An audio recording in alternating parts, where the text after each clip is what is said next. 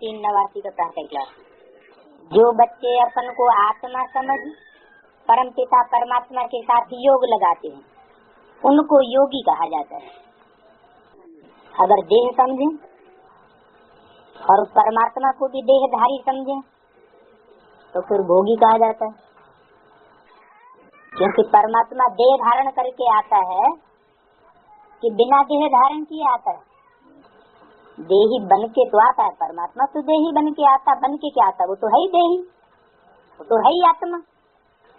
आत्मा supreme soul तो है ही है और वो भी देह धारण करता है, इसलिए देही है। देह को धारण करने वाली आत्मा को ही देही कहा जाता है। लेकिन जब वो शरीर में आता है तो कोई बच्चे तो उसको देहधारी के रूप में देखते हैं। जैसे बाबा कहते थे, बच्चे किसकी गोद में आए हो? तो कोई कहते थे बाबा ब्रह्मा बाबा आपकी गोद में आए हैं, और कोई कहते थे शिव बाबा की गोद में आए हैं। तो भावना में फर्क पड़ गया ना। कोई ने तो रूप को देखा, बाहरी रूप को, और कोई ने उस बाहरी रूप में जो अंदर कार्य करने वाली सुप्रीम सोल है उसको देखा। तो प्राप्ति में क्या फर्क पड़ेगा?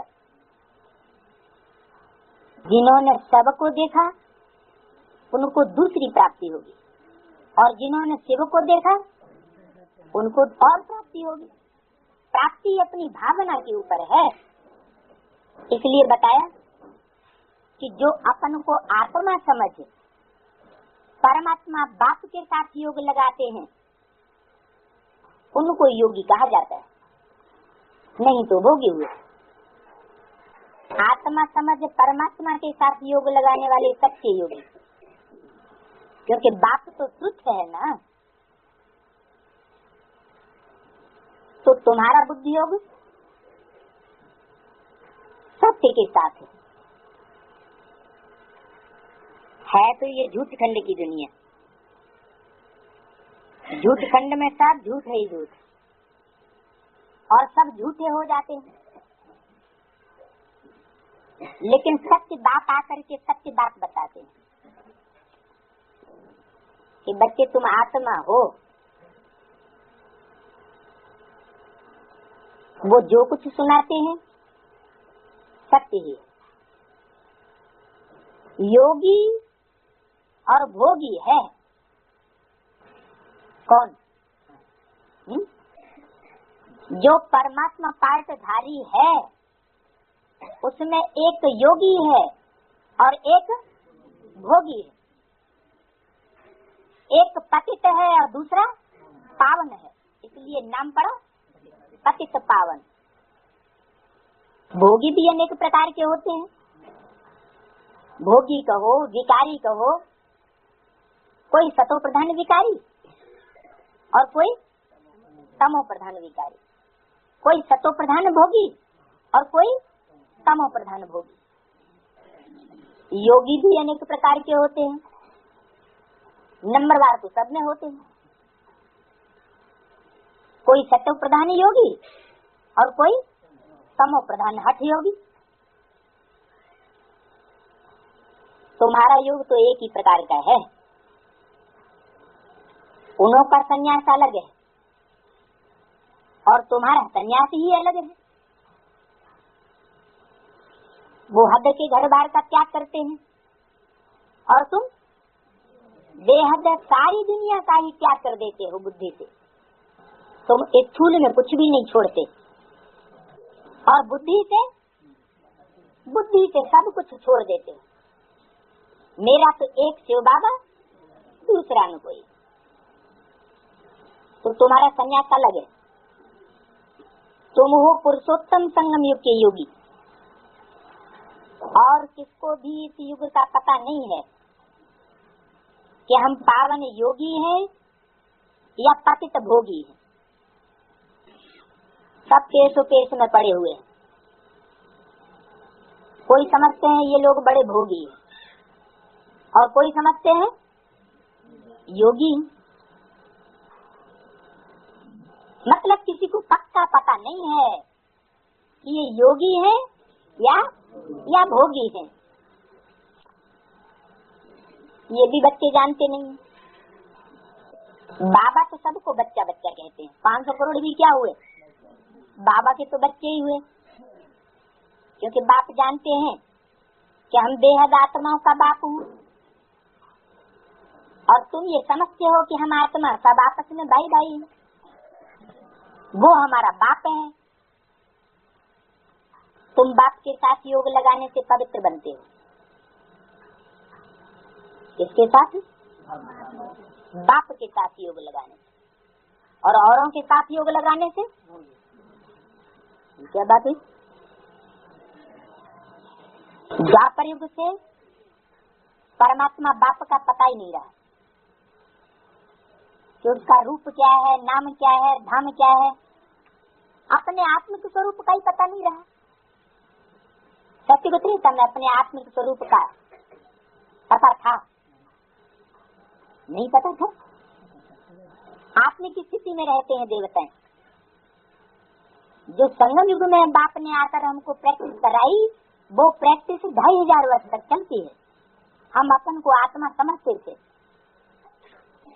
फिर जैसे ही द्वापर शुरू हुआ, दो पुर दो मतों वाली दुनिया, माना रावण आया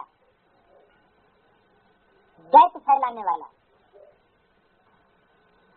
उसी समय से हम अपने आत्मिक स्मृति को भूलने लगे, अपने को देह समझने लगे। तो एक बाप के साथ योग लगाने से पवित्र बनते हो, जो बापों का बाप है। माने जो भी धर्म पिताएं बड़े बड़े हैं, उन धर्म पिताओं का भी बाप है। और बाकी जितने भी धर्म पिताएं हैं या धर्म गुरु हैं, वो सब पतित बनाने वाले। उनके संग के रंग में आते आते द्वापर युग से हम पतित बने हैं। पावन कोई नहीं बना सका। वो खुद भी पतित बनते गए और हमको भी पतित बनाते गए। तुम एक बाप के साथ योग लगाने से पवित्र बनते हो, वो है भोगी और तुम हो योगी। बाप अपना परिचय तुमको देते हैं। वो भोगी कौन है? वो सब भोगी कौन है? देहधारी जो भी गुरु हैं, वो सब है भोगी, और उनके फॉलोअर्स भी भोगी। ये भी तुम जानते हो कि ये पुरुषोत्तम संगम युग है। ये तुम्हारे बगैर कोई भी जानता नहीं है। इनका नाम है पुरुषोत्तम संगम युग। सिर्फ संगम युग नहीं, ऐसे तो हर युग के बीच में संगम होता है।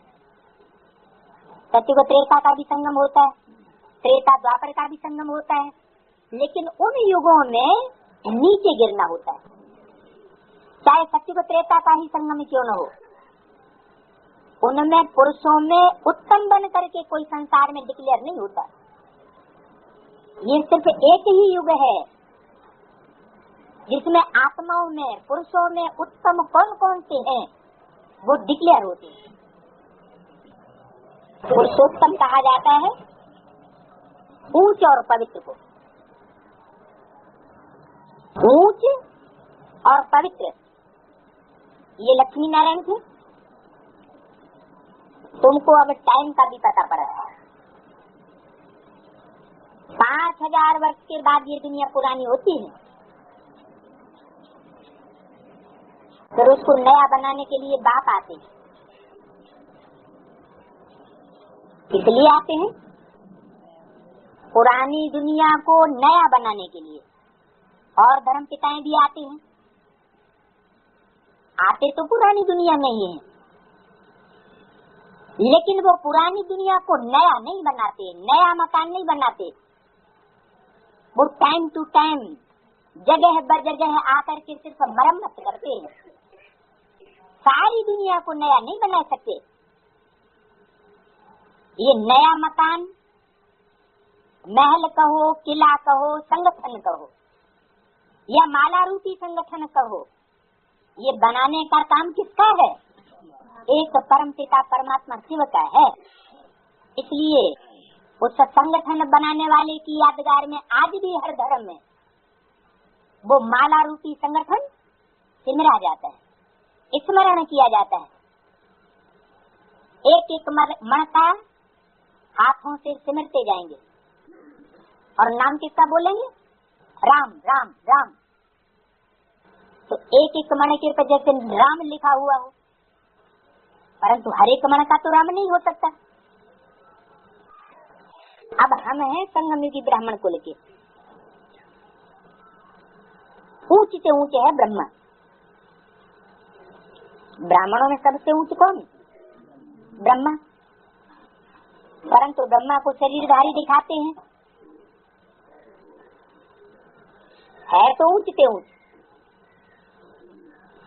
परंतु उसको देहभानी वाला दिखाया है, निराकारी स्टेज वाला नहीं दिखाया। जैसे इब्राहिम, बुद्ध, क्राइस्ट, इन धर्म पिताओं को निराकारी स्टेज वाला दिखाते हैं। चित्रों में ब्रह्मा को दाढ़ी मूछ वाला देहधारी दिखाते हैं। देहधारी और विदेही, विदेही मन संपूर्ण आत्मा और देहधारी मन अपूर्ण। तो ब्रह्मा विष्णु शंकर तीन देवताएं तो हैं, लेकिन संपूर्ण रूप विष्णु और शंकर का है। ब्रह्मा का संपूर्ण न हो रूप होने के कारण मंदिरों में उसकी पूजा नहीं होती। मूर्तियां बना करके मंदिरों में स्थापन नहीं करते। सिर्फ एक पुष्कर में मंदिर है, वहां भी पूजा नहीं होती, क्योंकि पूजा का आधार है पवित्रता, प्योरिटी। ऐसे नहीं कि ब्रह्मा ने प्योरिटी धारण नहीं की, धारण तो की, लेकिन संपूर्ण पवित्रता गाई जाती है, संपूर्ण पवित्रता पूजी जाती है। अधूरापन कहीं पूजा नहीं जाता। तो ब्रह्मा को देहधारी दिखाते हैं। शिव बाबा तो अशरीरी है। मंदिर में शिव बाबा का भी चित्र दिखाया है और पुष्कर में ब्रह्मा का भी चित्र दिखाया है। शिव बाबा की क्यों इतनी पूजा होती है? गांव गांव में, शहर शहर में, सारी दुनिया में जो खुदाइयां हुई हैं, हर जगह वो शिवलिंग मिले, मुखलिंग मिले हैं। तो इतनी मान्यता शिवलिंग की क्यों है? क्योंकि वो शिवलिंग वो निराकारी स्टेज की यादगार है। लिंग का मतलब कोई इतना बड़ा नहीं है। सोमनाथ मंदिर में लिंग रखा हुआ था और बीच में बिंदु हीरा जड़ा हुआ था। तो हीरा किसकी यादगार है?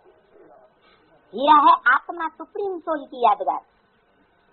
और लिंग किसकी यादगार है? शरीर धारी की यादगार, जो निराकारी स्टेज में रहने वाला है। कर्म करते हुए भी जैसे कि इंद्रियां हैं ही नहीं। जो स्टेज बताई हम बच्चों को बाबा ने, क्या कि सुनते हुए न सुनो, देखते हुए न देखो, कोई भी कर्म करे, कर्म इंद्रियों से कर्म करते हुए भी जैसे कर्म किया ही नहीं। क्यों? क्योंकि जब बुद्धि का योग दूसरी जगह होगा तो इंद्रियां अपना विषय ग्रहण नहीं कर सकती, अपना भोग ले नहीं सकती। जैसे भल ब्रह्मा बाबा लंबे चौड़े, चिकने चुपड़े, गोरे चिट्ठे थे, लेकिन गोद में जाने वालों को अगर शिव बाबा की याद है तो संग कर रहे किसका लगेगा? शिव बाबा का। लौकिक रोजमर्रे के जीवन में भी हमने ये अनुभव किया, लौकिक दुनिया में, कि जब किसी का किसी से लगाव लग जाता है, प्यार हो जाता है और वो उसकी याद में बैठा हुआ है, गहन चिंतन में, आंखें खुली हुई है, कोई सामने से गुजर जाता है, उसको पता ही नहीं कौन गुजर गया। तो ये आंख ने अपना विषय ग्रहण क्यों नहीं किया है? क्योंकि मन बुद्धि रूपी आत्मा दूसरी जगह पहुंच गई। तो जो सामने से गुजर गया उस स्वरूप को उसने जैसे देखा ही नहीं। तो ऐसे ही यहाँ भी मन बुद्धि जिसकी कंट्रोल्ड हो चुकी, एक परमात्मा बाप के प्रति लग चुकी, वो दुनियावी भोग सन्मुख होते हुए भी, उनके समीप संपर्क और संसर्ग में आते हुए भी वो योगी हुआ या भोगी हुआ? योगी है, वो है बेहद का योगी। तो बताया कि ब्रह्मा को शरीरधारी दिखाते हैं, है ऊंच से ऊंच ब्रह्मा, ब्राह्मणों की दुनिया में ऊंचा है, लेकिन उसको शरीरधारी दिखाते हैं। शिव बाबा तो अशरीरी, बच्चे समझ गए हैं अशरीरी और शरीरधारी का मिलन है। अभी संगम युग तो है, लेकिन किसका किसका संगम है? एक ही शरीर में दो का मिलन है, एक शरीरधारी और दूसरा अशरीरी का मिलन। उनको तुम कहते हो बाबा, ऐसे नहीं सिर्फ बिंदु को बाबा कहते हो, बिंदु बिंदु आत्माओं का वो सिर्फ बाप है, दूसरा कोई संबंध नहीं बनता। बिंदु बिंदु आत्माएं उस संबंध में आपस में क्या हुई? भाई भाई हुई, भाई बहन भी नहीं। तो बिंदु बिंदु आत्माओं का वो सुप्रीम सोल ज्योति बिंदु बाप है, बाबा नहीं। बाबा माना ग्रैंडफादर। दूसरे संबंध नहीं बन सकते। दूसरे संबंध बनते ही तब है जब शरीर में वो ज्योति बिंदु से वो प्रवेश करता है। तो आत्मा और शरीर दोनों के मेल को बाबा कहा जाता है। ये क्लैरिफिकेशन मुरली में ही बाबा ने दे दिया कि आत्मा और शरीर के मेल को बाबा कहा जाता है। इसका मतलब जो ब्राह्मण सिर्फ ये समझते हैं कि बिंदु ही बाबा है, ये उनका क्लैरिफिकेशन रंग हो जाता है, ये उनका समझना रंग हो जाता है। वो बाबा को याद नहीं करते, क्योंकि बाबा शब्द चैतन्य में गिना जाता है। आत्मा अगर शरीर धारण न करे तो जैसे जड़वत हो जाती। तो एक बिंदु को याद करना सिर्फ, और उस एक व्यक्ति उस बिंदु को साकार शरीर में याद करता है चैतन्य रूप में, तो ज्यादा प्राप्ति किसको होगी? जो प्रवृत्ति रूप में याद करेगा उसको प्राप्ति ज्यादा होगी। सिर्फ बिंदु रूप में जो याद करेगा